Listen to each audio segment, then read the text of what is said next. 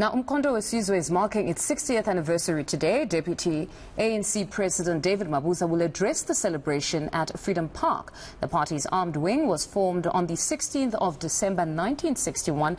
Our reporter Pule Letshwiti-Jones is at the event and joins me now. Pule, good afternoon.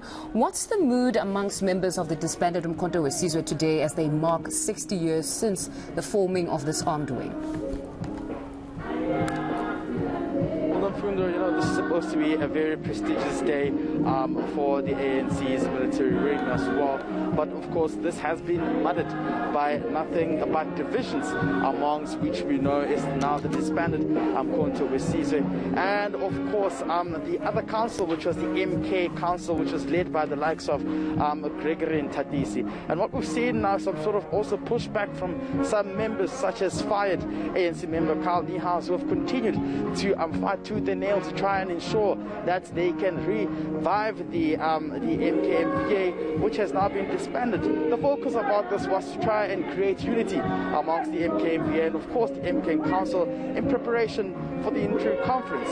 But as it is right now, there's still a lot of infighting that's been happening, particularly with what we saw just a few months ago, where the ministers were held against their will when some of the disgruntled military war veterans were trying to negotiate and were demanding some of the issues that they tabled, such as free housing and of course other COVID-19 payout grants, amongst others. But as it is right now, it'll be interesting to see how the turn-up is at this event here today, to try and see how they celebrate the 60th anniversary. No, it's quite interesting, even the keynote speaker, the choice of a keynote speaker, I must say, Pule, because Didi Mabuza is expected to address this event, and we know to a certain extent he was at the center of the hostage situation, where his presence, or his absence rather, supposedly riled those ex-combatants, and that's how we found the likes of Thandi Modise being held hostage, as they say. So it's very interesting that they would choose the deputy president to be the one who addresses such an event, or perhaps he's the most fitting at this point to actually mark the milestone, but also quell tensions, which he was somewhat at the center of, according to the ex-combatants at the very least.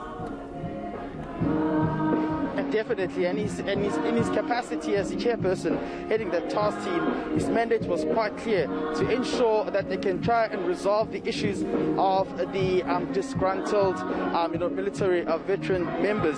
Remember, just a few days ago, the Defence and Military Veterans Minister Thandi Modise, in her written response in Parliament to the ANC Thabo Muntle, she was saying that they were looking, or rather they were still looking, in some of the issues that had been raised by the disgruntled military war veteran members, and she was saying that government was still adamant that it would try and resolve their issues. But at the center of this, again, just like you've mentioned, when we spoke to some of the members from these associations as well, these military war veteran associations, they were quite clear.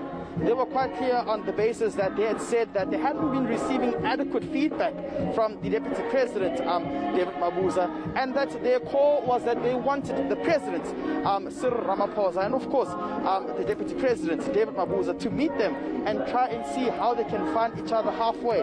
That's where the tensions were actually hot, when we saw that bizarre moment where the ministers were held against their own will. But I can tell you now, these members are still quite upset as to what is going on in terms of the slow feedback and process that the government is taking in terms of responding to their concerns as members of the Military Struggle Veterans Associations as well.